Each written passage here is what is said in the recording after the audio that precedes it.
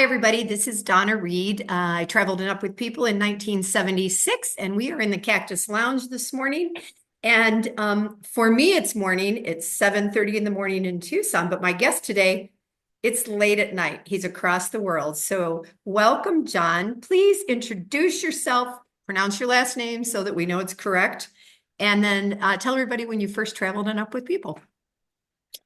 Hi, Donna. And hello, everybody else, everybody out there. My name is John Luebke, and I first traveled as a cast member in '83. And then I went back to school, and then I worked for the alumni department actually for a couple of years. And then I went back on the road in '92 and in '93. So 5 years altogether, student or staff with Up With People. Oh, interesting. Okay, so where are you originally from, John? Originally, Minnesota, a small dairy farm in Minnesota, just west of Minneapolis. West of Minneapolis. Okay. Okay. So your name Dutch, the heritage, or what's your heritage? German, mostly German. German. Okay. And how did I would have said Lübke. How did you say it? Yeah, I answer to a lot of different things, and my family changed it years ago, and like Libkey, Libkey. Lübke. Okay. Okay. Now, Well, there's that's also Megan Lipke, but I think she pronounces it just a little bit different, and she's a former president of the Alumni Association, and we're distant cousins. oh, that's fun. That's fun. So where did you see a show and how old were you when you first joined up with people? In Sioux Falls, South Dakota, at Augustana College. And a good friend of mine said, "Hey, let's go to the Up With People show." And I said, "What? What is that? Why should I go? Blah, blah, blah." She had been interested in Up With People for years, and she convinced me, "Okay, we'll go." And then she said she was going, "Okay, that's interesting." We both interviewed. I was accepted, and she was not. That's a whole different story. So yeah, it was my sophomore year of college. And then I joined my first cast year. Well, my cast year was between my sophomore and junior year of college. Oh, wow. So you really took the break in the middle of, Yeah. of college to go. Wow. So do you know Consemiuses, since I feel like everybody in Oh, Sioux Falls knows them? absolutely. Yeah. And I worked in the alumni office, and Mark was the first. I don't know if he had the official title of Director of Alumni Relations, but I saw one of your recent interviews, and I also remember years ago. So when I worked in the alumni office, I worked very closely with Jerry Shelsta, Yeah. and Mark was still working in the office. I forget in which role, and Jeannie, of course, was there. So, yep, know those folks quite well. Haven't seen them lately. Hi, Did amazing you by people. any chance watch the interview that I did with Paul Consemius with their son and stuff? Oh no, no, Yeah, not so I yet. just I just talked to four kids of alumni all in the Denver area. One of them is my son and Phil Woods, so Steve's son, and then Dave Penny, and Paul Consemius. So they all kind of hang out together and know each other in Denver and have come from parents who traveled or met on the road, and it's pretty interesting to hear their journeys like I as bet. Yeah, babies on the road. So when I say, when yeah, did you see your first show? They're trying to yeah, think of when they remember their first show, yeah, yeah. and stuff. It was pretty cool. Um, so did you then stage in Tucson in Yes. 83? Okay, okay. And traveled for a year. So part of what I love to ask people, and sometimes I do this at the end, but I'm going to do this first so that we can get to the rest of your life. When you traveled on the road, was there any place that you went to that you've never been back to that you would love to go, or any place that you went to that you'd be like, I don't care if I ever go there again, without totally insulting someone yet? Uh, uh, Most of our tour was in the States, and then we had, I think it was 6 weeks in Ireland and 2 weeks in England. And I haven't been back to Ireland yet, but probably 30 to 40% of our cast got together in Ireland last week, or excuse me, Last last year, year. when Oh, so we had a huge contingent of our cast there, and I think that would be cool. Um, Most of our tour was in, I would say, the Midwest, middle states, and the Northeast. And I've been fortunate to gone back to several of those places. We were lucky to be part of the General Motors 75th anniversary tour. So my Mm, cast had a lot of private shows for employees of General Motors and in big interesting. cities around that area.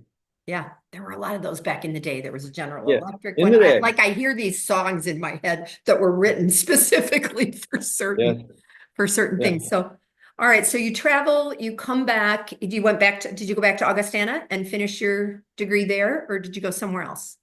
I finished at Augustana. Actually, when I was on the road, I was a part-time student at my college because I couldn't afford to pay back my guaranteed student loans.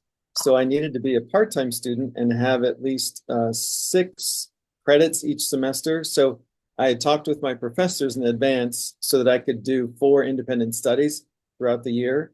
And then through my year in Up with People, I made up 1 semester of college. So when I finished Up with People, then I only had a year and a half of college. But Oh, yeah, wow. So you it did on your own what some yeah, people have done through the programs that Up with People created with certain colleges. Well, like with yeah. Hawaii, and that's cool. Mhm. That's real.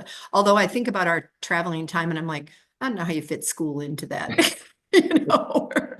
It was a lot of journals and then, writing the reports at the end. Yeah. And I, I, You I don't probably know, maybe it's treasure my those. writing. I'm sorry? You probably treasure those journals now.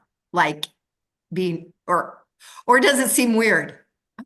Well, I still have them. Honestly, I have not looked at them in years. You should look.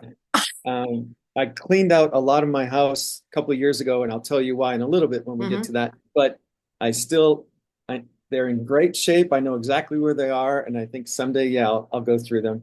It's fun to do that. When we're Mhm. not recording, I'll tell you a story about my one of my journals. Okay. So you finished school. What did you do once you graduated from school, and then kind of how did you get back into the alumni department and all of that? I moved to Washington, D.C., and I started working as a program assistant with the National 4-H Council Oh, because I had been a 4-H member for 9 years. My family and most of my relatives, everybody was involved in 4-H. And I was a tour guide and workshop facilitator, which led to another job.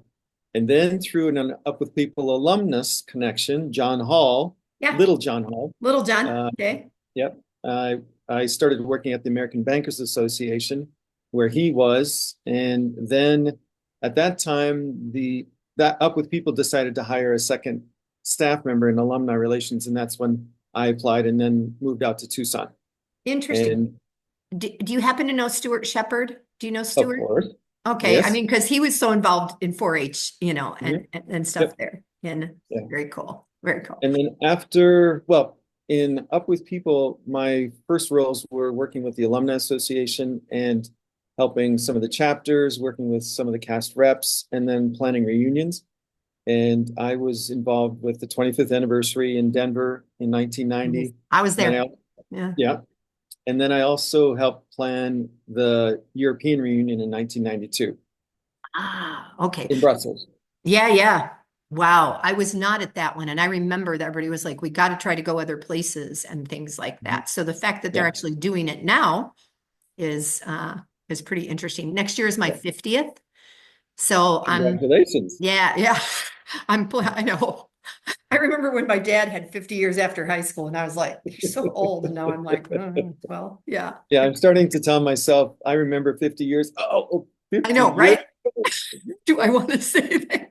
Yeah. Yeah. Have you seen the any of the stuff online about the group that's in Santa Fe right now, or just finished up a few days? That was the early uh people. No, I remember from one of your interviews, I think John Parker was talking about that. Yes. No, I Yeah. don't think I've seen anything since. Yeah. I just saw a few photos Mhm. of some of the people that were there. And it'll be interesting to hear, but definitely those people that even were coming from MRA, Yeah. and transitioning into Up with People and stuff. So Up with People High School, all those things. So very cool. All right. So the 90s go by. I don't know what you do during all the rest of the time, but now the reason that I really wanted to talk to you is because of where you are and what you're doing now. So, because I just watched your vacation photos with a friend that came and spent a bunch of time with you. Never knew anything about this country except it's far away. Mhm. So tell everybody where you are and kind of the evolution of how you got to where you are now. Yeah. Well, I am serving in the Peace Corps now for 2 years, and I am in the middle of Mongolia in Overhangай province, and it's pretty much smack dab in the middle of Mongolia. And I would have never guessed that I would be in Mongolia growing up. And Wasn't on your list. no, no, no, no. And I remember well, two things. One is that we didn't learn anything about Mongolia in high school history or anything. No, And I remember making jokes stupidly about, right? well, not like I'm going to outer Mongolia, that type of thing. Me too. Yeah, of course. Yeah. Yeah. And then um, oh, forgot what I was going to say. But uh, one of my dreams, my goals was Peace Corps. And I think probably around the time I was in Up with People, I learned more about Peace Corps and I thought, I'll just do it later. I can't do that. And finally I said about 4 or 5 years ago, it's like, okay, now it's time for me to do it. So I decided to apply for Peace Corps. And there's a box one can check, apply where most needed.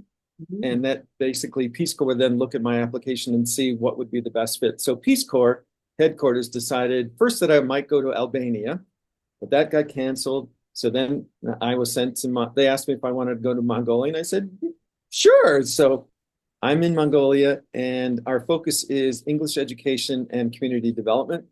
So all of the Peace Corps volunteers in Mongolia, we all do co-teaching with English teachers in secondary schools.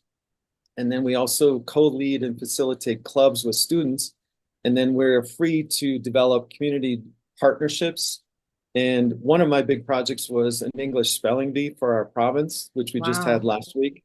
And one of my colleagues had a debate club, a theater club. We've done a trash pickup. There are three of us here in my city, Arva here.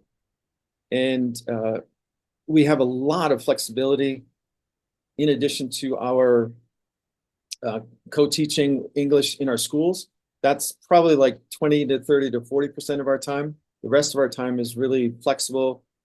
We have lots of opportunities to develop community partnerships. And for those of you who are out there thinking about you want a new challenge, you want to try something different, you don't need a lot of supervision. It's an amazing way to challenge yourself, see the world, and do all those things about Up with People as well. Wow. Okay, so are the other volunteers also like, are there five of you? Are there 30 of you from all over the world? How many others are there via the Peace Corps right now? There are about 60 of us in Wow. Mongolia now. And Mongolia would love to have like 500 of us Wow. because English and Mongolia are the official languages of Mongolia. And there's been a push for the Mongolian government, I think for the past 5 or 10 years, that they want everybody in Mongolia to be literate in both languages by the year 2030 or 50 or something. So they ideally would love to have Peace Corps volunteers in every province, in every SUM, which is like like a county, possibly. Okay. And there are 60 of us. Since post-COVID, there have been three cohorts, and it's a 27-month program, and they're staggered. So there are 60 of us now, and probably will continue to be like 60, 80 of us for the next few years, unless the numbers go up. Unfortunately, the American federal government is slashing a bunch of things, and that could possibly affect the number of volunteers. Wow. Worldwide, I think there are about 2 or 3 thousand Peace Corps volunteers in different countries. Don't quote me on it, even though it's recorded. But since COVID, the numbers have been down greatly. And it's been more challenging to recruit people for Peace Corps. That doesn't surprise me. So when the field, kind of what you're working in, were you placed to do what you're doing based on that application that you completed that said, based on John's life, we think his skill set would be really good in these areas? Like, do the Peace Corps volunteers all have kind of different strategic jobs that they are doing in the places where they're Yes, and yeah, I would probably say yes to be the simple answer. So in addition to that box that I talked about, Yeah. apply where most needed, people can apply for Peace Corps within the 6 different areas of economic development, environment, youth development, business, community development, health, and I forget there's one more. Okay. So initially, like I said, I was slated to go to Albania, and that was more on the business consulting side. So that would Okay. have been working with NGOs, uh, working with their business development, marketing, those types of things. And post COVID, they decided to fill that cohort with people that had been in Albania, evacuated during COVID, and then brought back. So Okay. then I kind of got bumped down the line earlier. So then my focus became educate English education and youth development. So no, I've never been a teacher. I've Okay. worked a lot in youth development. So I think that probably was a big part of it. Okay. And so I want you to you and I just briefly mentioned the tapestry behind you and stuff. So you're in a place that is predominantly Buddhist? Is Yeah. Mongolia Mhm. predominantly Buddhist? Okay. And are you in a place that the Peace Corps provides? Do you get a stipend, or how do the living expenses and things work out? And then tell us about your Sure. Okay. tapestry So in Mongolia, Buddhism is probably the predominant language, language. Yeah. religion or spirituality. Okay. But um, overall, Mongolia is very tolerant of people of different religions, and that gets traced back to Genghis Khan's era, 800, 900 years ago. We in America call him Genghis Khan. That's because somebody decided that's the way it's going to be pronounced, but it's actually Genghis Khan. I say Genghis, a hard G. Yeah. Okay. Yeah. Okay. So part of his empire was religious tolerance. So Oh, yeah, he and his military did a lot of bad things and they killed a lot of people, but they also the people that survived or the people that they wanted had all these different talents, and they brought all these people to the capital city and employed them in different areas, whether it's clothing or military warfare, not telecommunications, technology or something like that. And all of these people came from Russia, from Hungary, from India, China, Korea, Japan, and every place in the middle. So all of these people came from different backgrounds and different religions, and they were allowed to practice their religion. So that has been a huge carryover, if you will, for mhm. 800, 900 years from Genghis Khan's era. So there are, I mean, there is great religious tolerance here, That's and cool. um, on the Christian side, I was raised Christian. My views are a little bit more ecumenical now. Mhm. A lot of people celebrate Christmas here, for example, but it's not really Christ centered. It's Okay. more of like an extension of New Year's. Oh, And New Year, oh, there's another one, I can't think of it right now. But from those of us in the States and Western Europe, it's a little yeah. bit of a different focus. So the tapestry that's behind me is one of, I think, the terrace. I'm not sure. There are six Taras, terrace, like how? Taras. Yeah, Okay. Okay. there, and they are religious symbols or spiritual symbols for people who practice Buddhism. Um, I, I'm sorry to all of the folks who practice Buddhism. I'm just learning about some of that I was stuff. going to I'm not, ask you, yeah, if you knew anything about it before getting there. So, yeah. no, no. Okay. And the other question you had, I've already forgotten. Do you remember the other question? No, because I forget things too. Okay. Okay, well, you answered one of what my next one was going to be, was whether you knew anything about Buddhism, Well, when you got there. So I've seen pictures of you with the kids, and I have to remember to tell you about this game that I just saw online. but That I'll make a note. when I yes, so rock paper scissors, write that down, okay? And then Okay. I'll tell you the game because you could do it with those groups of kids that Okay. I've seen you working with.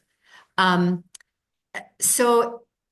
Will you be there like the 2 years um and then come back to the States? Do you think you'll apply and go somewhere else or have an extension? What are you thinking about related to what you're doing right now? Big news coming. Let me also say one thing. You talked about pictures. One of my first visitors was a former staff member from my first and second cast year. She came Okay. to visit last year, and then my friend that just recently visited, more of a neighbor, former colleague. Um, and I have two other castmates from my first cast who are still interested in coming to visit me in Mongolia. So going back to, us not in America, Right. not hearing a whole lot about Genghis Khan or Mongolia, that type of thing, through my posts on social media, several people have comments like, I had no idea. And Right. it's like, I had no idea. Yeah. And it's been interesting to learn all these things and share these and then see how people react to that. So, and I've been able to attract two, maybe four people to come to Mongolia and see what it's really like, at least, Yeah. a snippet of it. And it's been pretty cool to be able to do that and open some of those doors, explore some things, and challenge myself in ways I never ever imagined 3+ years ago. Okay, Wow. so typically, people in Peace Corps do a 27-month program. So Okay. it's Right. 3 months of like staging, intense language learning, and learning about our resources, safety and security, health, lesson planning, working with teams, and all these different things. And then after a language proficiency test and then swearing in, then we go to our post for 2 years for 24 months. So altogether, it's a 27-month program.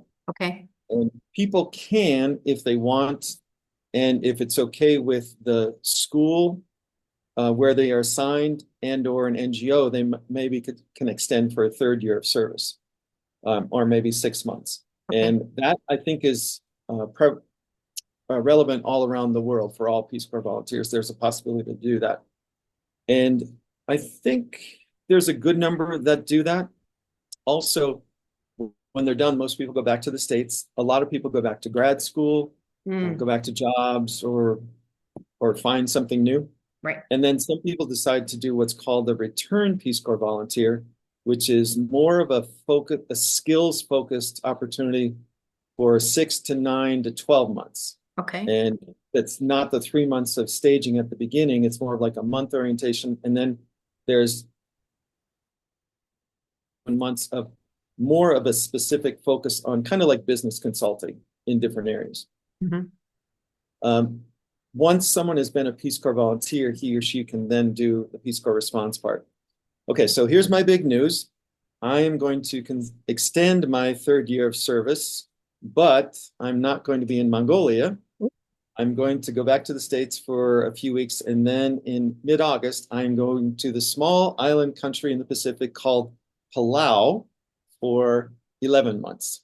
And I Wow. will, That's near Tonga, and it's one of the oh, I'm trying to think. There's like five or six islands there together, and right? there are a lot of, yeah, there are a lot of islands there. Yeah. So it's east of Philippines, north of Australia, and Yeah. I think southwest of Guam. Oh, And there are several islands. There's an entire population of about 18,000 people in all these different islands. And my city here, Arva yeah. here, has 30,000 people. So this is going to be quite a change to be surrounded by water and green and palm, Yeah. stuff like that.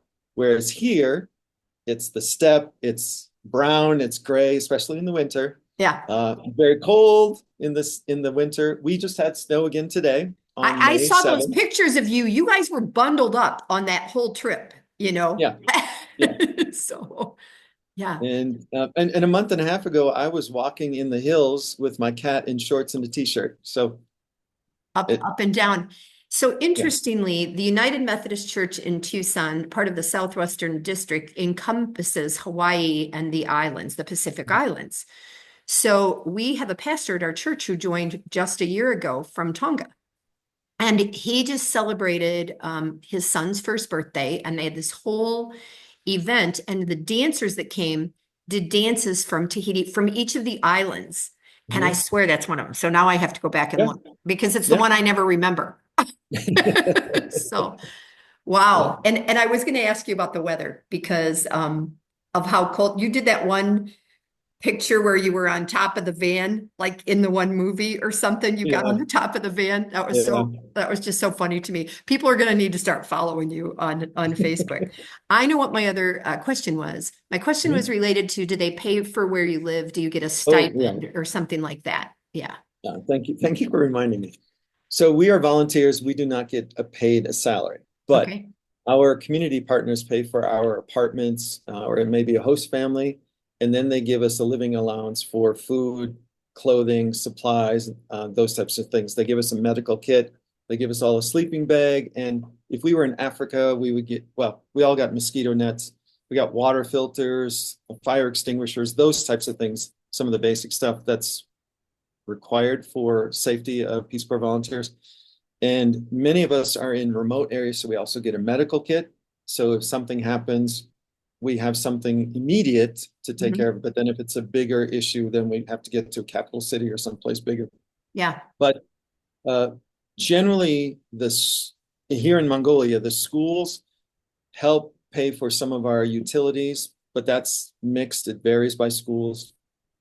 Peace Corps pays our rent, Okay. and then there's a little bit of money that they deposit into our Mongolian bank account to pay for food and those types of things. So I'm Okay. not making any money, but I'm not losing any But you're money. not losing any money. Yeah. Yeah. So Yeah. basically, I'm taking care of. And there are people that spend a little bit more and Of they course. give themselves personal loans, those types of things. But we were allowed to bring 2 suitcases of whatever we wanted here, and that's basically what we can take back. So, of Yeah. course, most of us will have souvenirs. So, everything we get or buy is like, am I going to consume this? Will I use it? Will I donate it or sell it at the end? Yeah. That type of stuff. Yeah. So, I see you mostly in pictures with kids, but I kind of laugh to myself. I'm tall and heritage Swedish and German, and I haven't been to Asia, but my kids work in a language school, my son and daughter-in-law in Denver. And in the Mhm. Mandarin section, I'm like a head taller than everybody. And so when I think about traveling, even to Italy, like with my size shoe that I wear, because I'm bigger than many Italian women and stuff. So, so for you, are you taller? Do you feel like the size clothing that you wear is easily and readily available in Mongolia? No, No, that's no. So yeah, I'm not necessarily taller, but I'm okay. definitely bigger and thicker. Okay. And if I I cannot find clothes here in Arva here that fit me, so I have to go to UB Ulaanbaatar, which is a 7-hour bus ride. And there's a market called Narantal Market in UB, the capital city, and everybody knows about it. So it's this building that's crammed with all these different shops, and then there's an outdoor market. So this was several months ago. I went to the outside and I said, I would like to, in Google Translate, my best friend, Yeah, yeah. I said to some shopkeepers or vendors, I'm looking for a size, a shoe. And they said, what size? And I said, 45. And it was Tao, which means 45. Yeah. And it's like, no, Bachli, which means no. And then I can hear them yelling down to their neighbors in the next stall, Like, does anybody? Tao, Tao. It's like, Bachli, no, no. So I'd walk down the aisle and I'd hear it again. Americanas, Tao. Like 10 different stalls and aisles. It was just like everybody knew I was there. Everybody knew that I was looking for size 45 shoes. So finally, I found these shoes and they're not the most comfortable, but I bought them. So it's not always like that, but yeah, there are Yeah, some limited options. Now, yeah. there are I some 10th, 11th, and 12th graders in my school that are like this much taller than me too. wow. And Okay. I'm definitely not the tallest, but overall thicker. And and let me mention one more thing about like the payment, Yeah. stipend, that type of thing. Peace Corps volunteers, when we finish our 27 months, we get about $10,000 US in like a resettlement allowance Oh, or bonus. well, that's kind of nice. It's like a moving Yeah, expense or something. yeah, Yeah, yeah. yeah. Um, okay, I'm sorry. That just made me laugh because I just have all these. I just was at an event. We only got like 6 minutes. I was just at an event and there was two women there who are both like 6'1" or 6'2", and they wear Mhm. heels and stuff, but that also bigger feet, right? Nobody is 6'1" or 6 foot tall that has a size 5 shoe. And we were saying that when you do carry on luggage, that all of us who have bigger feet should just be allowed an extra bag Okay. because our shoes take up a lot of space. Yeah, I had to bring winter clothes in one of my suitcases. And that was basically it. Shoes Yeah. and a coat. That's Yeah, it. exactly. Exactly. And then Yeah. they show the people at the airports who are piling things on, they take them off while they're sitting in the seat. There's some truth to that, depending on how far, Yeah. how long, what you're gonna. I wore a Yeah. shirt the other day that I bought in a little town in Rothenburg in Germany because the year before I had done this river cruise in France and it was like 105 degrees. And then I took summer clothes to this one in Germany, the Rhine, the Main, and the Mosel, and it was freezing. So I was buying clothes in a couple of little stores in Germany in these tiny towns because I didn't have the right stuff, and you get 5 hours in a town and then the boat moves to the next town. So super funny. Are, Speaking of shirt, there we go. oh, you're wearing your Up With People shirt. There we Yay! go. If you had Yep. to take one. All right. So real quickly, because we do have to wrap it up, 2 minutes. How did Up With People prepare you for this? Whew. Big time. There's so many similarities. It Up with people expanded my brain, expanded my world, extended friendships, lifelong friendships for 40 plus years, um, reinforced my interest and desire of curiosity about learning about different cultures, challenging myself. Not the singing and dancing part. However, there are several times I'll go to a meeting and the teacher say, "John, sing a song," or "John, do this," or "John, talk to them for 10 minutes." You just assume you can do it. like, like okay, you Yeah. know. Yeah. And living with host families. When we first came here, we lived with host families for 3 months. And in Palau, I will be living with a host family again at 62 years old. Yeah. And I wondered and how those you were. I'm going to be 67 this year. I wondered where we were age-wise, how we. 62 for me Yeah. tomorrow. So, Happy birthday. yeah. So I mean, there's so many similarities between Up with People and Peace Corps, and then also I'm a former Rotarian, Ah, and I work with youth development, youth exchange, and like yeah. community development stuff. I mean, there's just to me in my head, it's a win-win-win, direct connection in so many different ways. So I'm going to end this and I'm going to say thank you. And then I'm going to suggest to those people watching that if they have questions, that they find you on Facebook or any of the names Absolutely. that you mentioned that might know you. I got to tell you, I have a 40-year-old who's wants to go hike the Camino. He's just so lost in his life about what he wants to do. And I'm like, this could be really good for him if he had the right skill set, to do Go to it. So peacecorps.gov. peacecorps.gov. Awesome. Yep. Yep. And Thank you I'll be so happy to talk to anybody. Awesome. I'm gonna wrap this up. Thank you for your time today, tonight. Happy birthday. It's probably tomorrow where you are already. So Not quite. Not quite. yeah. And if you can, I would like to really quick get on Facebook Messenger with you. And I'll call you right back on there and tell you Okay. the rock, paper, scissors Okay. thing. Yep. Okay. Thank you, Donna, Tim. thank you for taking the time and thank you for doing these interviews with lots of different alumni, get different perspectives. It's interesting. Thank Super, you very super much. fun for me. Awesome. All right. I'm gonna quit the recording. Okay.